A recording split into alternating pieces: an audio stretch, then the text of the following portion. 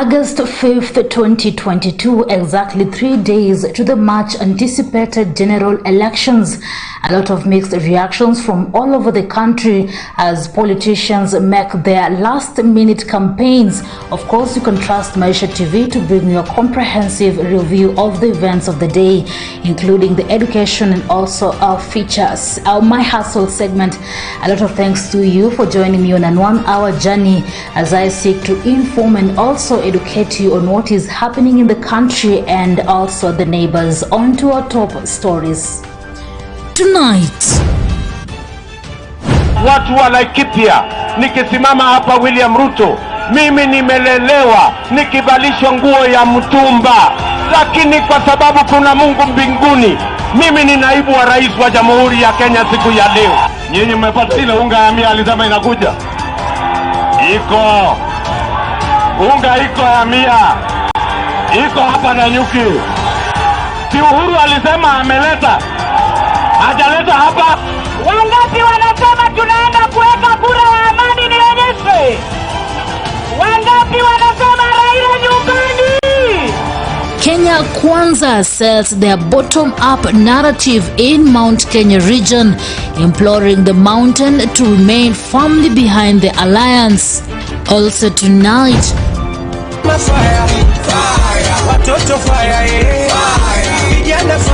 Assalamu alaikum warahmatullahi ta'ala wa barakatuh.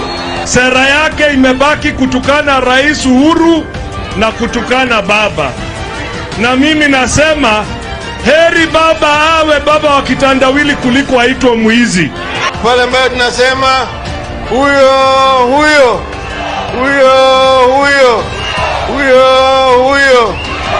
mwizi huyo. Azimio la Umoja One Kenya Coalition campaigns in Mombasa County, calling on the electorate to support Raila's presidential bid, promising to revamp the economy and transform the lives of Kenyans.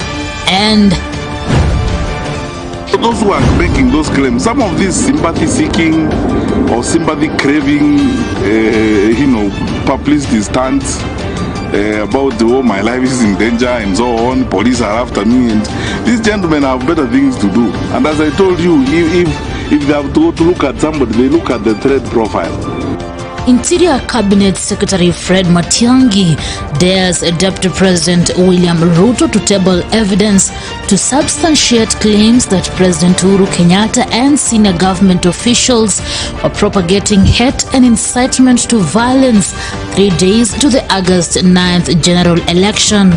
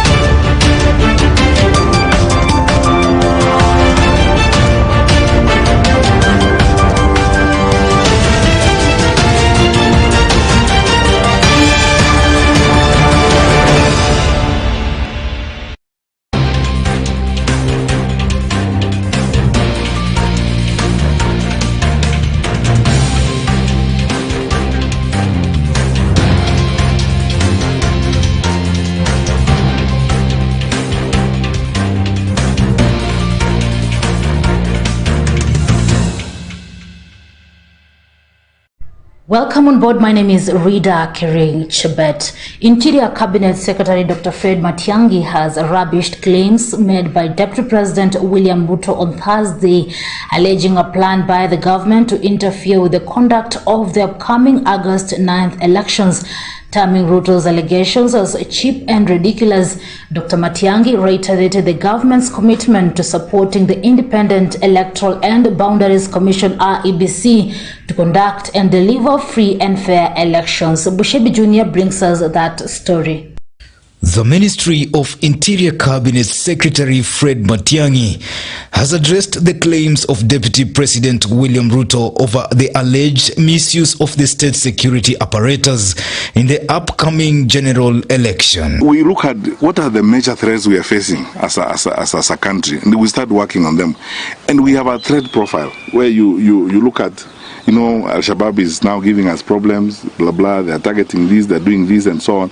Then you go all the way from number 1 to whatever number, as it were.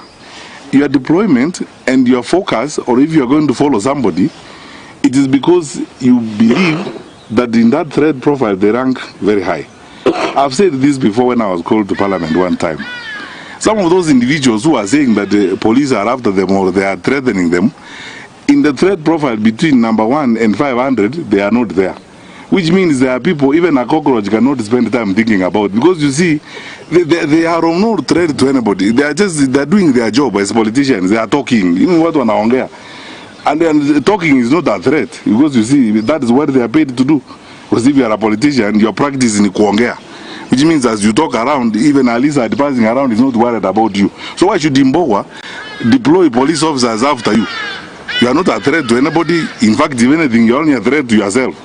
Speaking at a press on Friday in Nairobi, Matiang'i dismissed the assertion that he has been meeting the grassroots administrators to coerce them to support the Azimio la Umoja One Kenya Coalition Party presidential candidate Raila Odinga. I am not aware, because there doesn't exist a discussion that has happened at the National Security Council authorizing us to meet the chiefs and instruct them to campaign for anyone. And if His Excellency the Deputy President has got evidence to that effect, he should provide it to the public, because that evidence would reside in the minutes of the National Security Council or in the agenda of the National Security Council, and then that communication will be translated in a memo by the head of the public service, who is the secretary to the council, which I have not seen. I am not aware of it. Have public servants been mobilized to campaign for any particular candidate? The answer is no. According to Matiang'i, the meetings with the chiefs have been on since time immemorial, and that to have the government policies implemented, the meetings have always been essential. The interface between national government and county governments in the implementation of public policy is done through the national government administration. We have worked with chiefs on and assistant chiefs and our deputy county commissioners on 100% transition. We have worked with them on the war against FGM. We have worked with them on the gender violence. We have worked with them on a huge number of issues before. And we hold these meetings openly. Right now, as I speak to you, the Ministry of Health is running a campaign jointly with the Ministry of Interior on the triple threats, you know, the resurging numbers of HIV/AIDS cases across the country, gender violence, sexual harassment, and so on. And the Ministry of Health officials and health parastatals are teaming up with chiefs and assistant chiefs across the country to hold meetings, such as happened in Kiambu last week, and the meetings are taking place across the country. If you see chiefs and assistant chiefs meeting with public health officials, that is what they are discussing. And all these people going there, how can it be that we go to those meetings to discuss elections or voting for this person or the other person? There's nothing truthful about this. All these are just lies. He also took issue with Ruto's contempt towards the senior officers in the country's national security structure. According to Matiang'i, Ruto is venting anger and frustration, and his ministry has been identified by the deputy president as the perfect scapegoat. Those who are making those claims, some of these sympathy-seeking or sympathy-craving, publicity stunts about my life is in danger and so on, police are after me, and these gentlemen have better things to do. And as I told you, if they have to go to look at somebody, they look at the threat profile. Where do you feature? If between number 1 and 600 you don't feature, why would a senior police officer spend time on you, honestly, and deploy police to look after you? You are not a threat to anybody. You are not a threat to anybody. If anything, you are a threat to yourself. So why would we now say you put police officers behind you and so on? So people keep making all these silly claims around. But anyway, anytime anybody has come up and said, I have a problem, and genuinely there is a problem, the Inspector General has always deployed. In fact, even this morning I was meeting some observers who were asking me, there were political leaders who are saying they need more security. anyone who has walked up to the Inspector General Police or any of his structures and requested for additional security will get it. And let me repeat it here again today. Wherever you are, Mr. So-and-so, Madam So-and-so, wherever you are, if you feel that you actually need more protection and more security, please walk straight to the police station next to you, talk to the OCS there and report the matter, or look for your sub-county police commander or your county commander, whoever you will meet. We will give you security that you need. It is your right. We will not be doing you a favor. It is your right, and it's our duty to make sure that you are safe. But these other claims that people are making, as I told you, when you look at the threat profile and you discover the person who's claiming that, oh, his life is in danger and we have deployed police vehicles to follow him around, you discover it's somebody who, as I've told you, even a cockroach will not bother to think about for a second time. Earlier, Interior Principal Secretary Karanja Kibicho dismissed claims by Ruto that there are plans to interfere with the August 9th general elections. During a Thursday, August 5th interview on TV, Kibicho stated that it was shameful of the DP to assassinate people's characters with baseless accusations.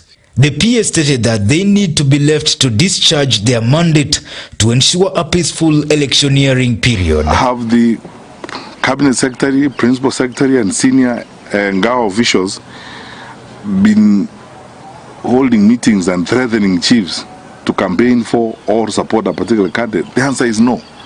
No evidence is presented of this. They're just sweeping statements that are just made for the heck of it. And then finally, I'll talk very briefly about CAK. It's an independent institution. I'll just comment about that merely from the point of view of what our role is and what we know about that. But even that claim is not backed by any evidence. For Maisha Prime, Maisha Television, I'm Bushebi Jr. Thank you so much, Bushebi Jr. for that piece there. And now to matters of politics. Azimio la Umoja One Kenya coalition presidential candidate Raila Odinga took his vote hunting mission to 3 coastal region counties on Friday, traversing through Lamu, Kilifi and Mombasa counties ahead of the coalition's final rally at Kasarani Stadium on Saturday. Azimio la Umoja presidential candidate Raila Odinga refuted claims that local administrators have been marshaled to support his bid. Raila at the same time called on his supporters to turn up in large numbers and cast their votes next Tuesday. Millicent Makoha with more.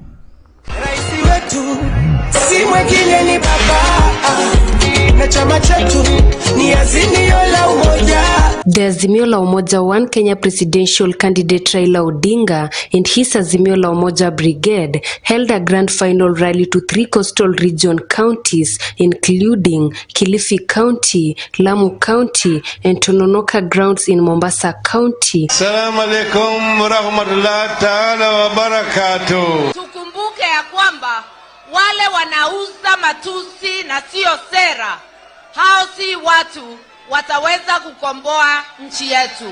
Baba Raila fire, Matakarua fire, Kakijo fire, Atoli fire, Mama fire. Where the coalition urged voters to turn up in large numbers next week on Tuesday to cast their ballots in favor of their coalition.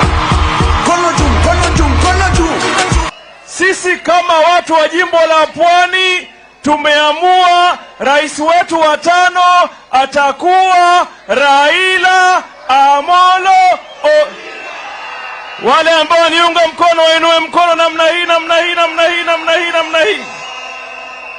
Nataka pia niseme tarehe 9 tutatoka nyumba kwa nyumba, kila mtu saa 12 asubuhi tuhakikisha tumepigia kura Raila Amolo. Kujenga nchi yetu ni kutakia nchi yetu viongozi wenye heshima, viongozi wamekomaa, na yule mmoja tu kiongozi amekomaa anaweza kuokoa Kenya yetu, kuinua uchumi wa kila Mkenya. Sio mwingine, ni Raila Amolo Odinga na team ya Azimio. The Azimio la Umoja flag bearer maintaining that Raila Odinga and Martha Karua ticket will continue the dream of uniting Kenyans and steering the nation to economic recovery.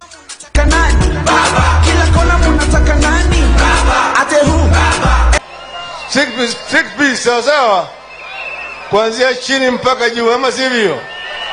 Ama sivyo? Sitaki mchague sisi juu kule na hapa mnaleta madoadoa.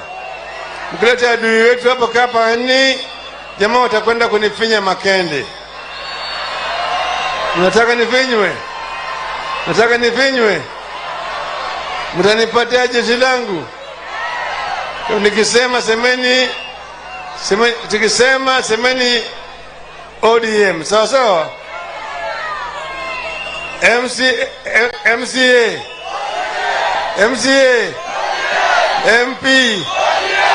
MP, women rep, senator, governor.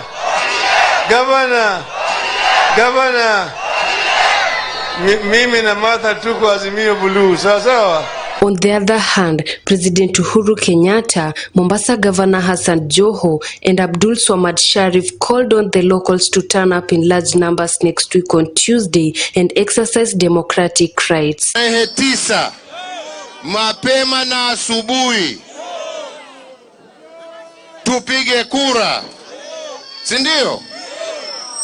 Na ndio mimi niweze kuachia kiti ya urais wa Kenya kwa moja Raila Amolo Odinga. Ni namna hiyo. Ni vipi wakati mtu umemsaidia akafika juu, wakati anaenda kutoboa kuna mtu akwambia umwache? Utaweza vipi? Utaweza vipi? Iwe city ambaye itakuwa ina attract wageni na biashara na wananchi na viongozi ambao watakuwa na masilaha ya wananchi kwa ndani na kwa roho zao. Hakuna mwingine isipokuwa Azimio atawapatia. Tuko hapa na ndugu yangu Abdul Swamad.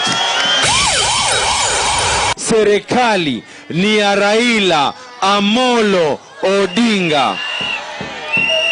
Serikali ya Mombasa, Hassan Alijo akiwa anaenda juu, mimi namwambia ndugu yangu, kaa kando, anaingia mwenyewe. Serikali ni ya Abdul Swamad Sharif Nasir. Mji ushachukuliwa na Abdul Swamad Sharif Nasir na timu ya ODM. ODM party leader was accompanied by Azimio la Umoja One Kenya Lands Deputy Presidential Candidate Martha Karua, Sonar East Member of Parliament Junet Mohamed, Governor Hassan Joho, Peter Kenneth, Francis Atoli, Sabina Chege, CS Peter Munya among other leaders. Hapo mbeleni walikuwa wanasema baba hawezi panda mlima Kenya. Niwaulize jameni, baba amepanda hajapanda? Amepanda hajapanda jameni?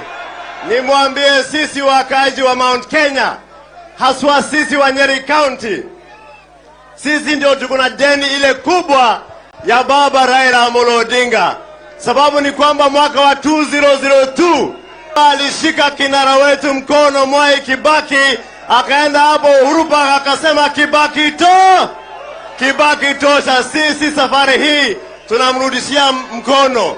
Safari hii tunasema baba Ninamuunga Raila Amolo Odinga mkono kwa jina anatuelewa, kwa jina anaelewa sisi, kwa jina anaelewa shida zetu, anaelewa shida zetu. Unasikia? Mimi nataka kuambia kitu kimoja, na wamama wale wako hapa mjue, ile maternity leave aliyefanya kampeni ya nyinyi kupata alikuwa mama Martha Karua akiwa waziri wa katiba wakati huo. Mjua hivyo? Hiyo ambayo iko kwa sheria sasa. Na nyinyi mkitaka muokoke kutoka kwa umaskini, bei ghali ya bidhaa, bei ghali ya stima, bei ghali ya nini, ya sukari, mambo ya magendo ikwishe, tarehe 9 mwezi huu, wiki ijayo, Jumanne, muamke usubuhi, ikifika saa 4 mambo ya William Samoei Ruto iwe imekwisha. Tumekubaliana Mombasa, Kilifi, Kwale, Lamu, Taita Taveta ni ngome ya Raila Amolo. basi tutaboresha afya yenu. Baba ashamwambia mpango ni Baba Care, na Baba Care sio kama NHIF.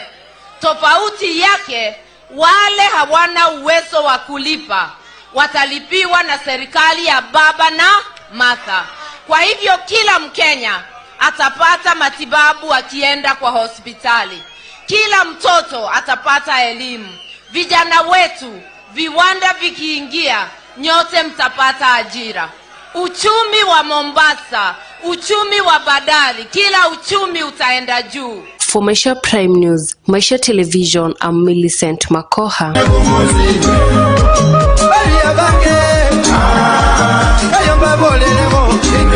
Thank you, Millicent Makoha. Still in last-minute campaigns, Kenya Kwanza presidential flag bearer William Samoei Ruto took his campaigns to Laikipia, Nakuru and Nyandarua counties on Friday ahead of his final rally on Saturday at the Nyayo National Stadium. The United Democratic Alliance UDA party leader got a reprieve on Thursday after the High Court allowed his team to hold their final mega rally at the city's premier stadium. Ruto urged his supporters to turn out in large numbers and vote next week's election. Chechumba Sharon reports.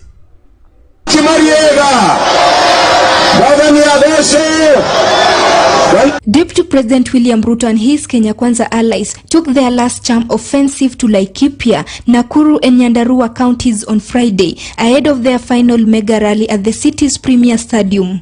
Laikipia jameni, watu wananyuki jameni, nimekuja hapa kwa heshima kubwa na timu yetu ya Kenya Kwanza kuwauliza ili mkubali tarehe 9 mwezi wa 8 tutengeneze serikali yenye iko na mpango. Deputy President William Ruto promised to rebuild the economy and form a government that is centered on the needs of Kenyans if elected to the top office. Tuko na mpango. Baada ya wiki ijayo Kenya hii tutaibadilisha. Tutatengeneza Kenya ya Wakenya wote. Tutatengeneza Kenya ambayo itafaa Mkenya yote. Wale mko kwa masako, wale mko kwa cooperative, wale mko kwa vikundi, muanze kujipanga kwa sababu pesa ya Hustler Fund tutaitayarisha mapema, muanze kufanya biashara zenu. Wakulima, mimi nataka muanze kujipanga kwa sababu tutawapatia mbolea ya shilingi 2,500. Tutawapangia soko, tutaondoa mabrokers, tutaondoa makatel ili kila mkulima aweze kuweka pesa mfukoni kutumia kilimo. Na nyinyi wa Kenya mjipange kwa sababu tutapunguza gharama ya maisha, tuwe na taifa ambayo inawafaa wa Kenya wote. Watu wa Laikipia, nikisimama hapa William Ruto, mimi nimelelewa nikivalishwa nguo ya mtumba, lakini kwa sababu kuna Mungu mbinguni, mimi ni naibu wa rais wa Jamhuri ya Kenya siku ya leo. The DP outlined his agenda dealing with unemployment crisis, value addition and boosting healthcare. Na tumesema kwa mara ya kwanza katika taifa letu la Kenya tutakuwa na Marshall Plan ya ajira ya hawa vijana, na tutaweka bilioni 200 kila mwaka ili tutengeneze textile industry, leather industry, wood industry, in agro-processing, in manufacturing, in housing, so that we can create jobs. Tupange ajira ya hawa vijana ili kila kijana awe na ajira, awe na kazi, awe na biashara, waweze kujisimamia, wasimamie familia zao na watusaidie kujenga taifa letu la Kenya jameni. Tutatengeneza hazina maalum, fund ya micro and small enterprise. Tunaweka bilioni 50 katika Hustlers Fund ili wewe mwananchi wa kawaida uweze kupata pesa ya kutengeneza biashara yako, na hiyo pesa haitakuwa na interest na hautaitishwa security yoyote, kwa sababu tunataka kuinua biashara ya kila mwananchi kutoka chini, tukibebana na kila mtu tukienda juu katika ile mpango yetu ya bottom up. Bottom up. Gharama ya hospitali italipwa na bima ambayo tutaunganisha Wakenya wote, tuwajumuisha Wakenya wote katika bima ya afya. Kila Mkenya ataenda hospitali atibiwe na aende nyumbani bila ya kuulizwa pesa, kwa sababu gharama ya hospitali italipwa na bima ambayo itasimamiwa na serikali ya Kenya. And that is what we want to do, good people. Ruto asked the chiefs across the country to stay away from an alleged plan to rig elections by his opponents. Wale ambao tunashindana na wao wanajua tumewashinda. Ndio mnaona wanahangaika.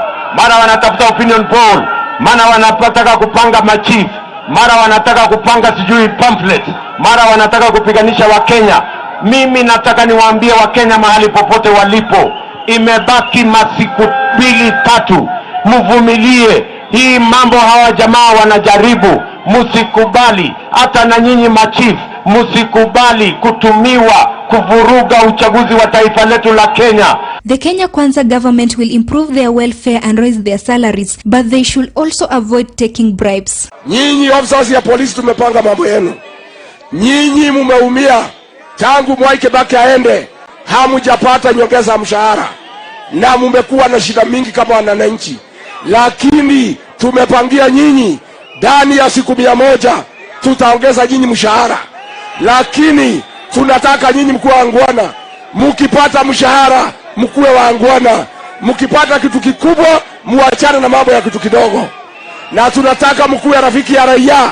Tunataka kuanzia mwaka jana hao polisi mkikutana na hao, akikuweka kwa Land Cruiser asikupeleke police station, akupeleke nyumbani kwa bibi yako ukapumzike, kwa sababu itakuwa namna hiyo.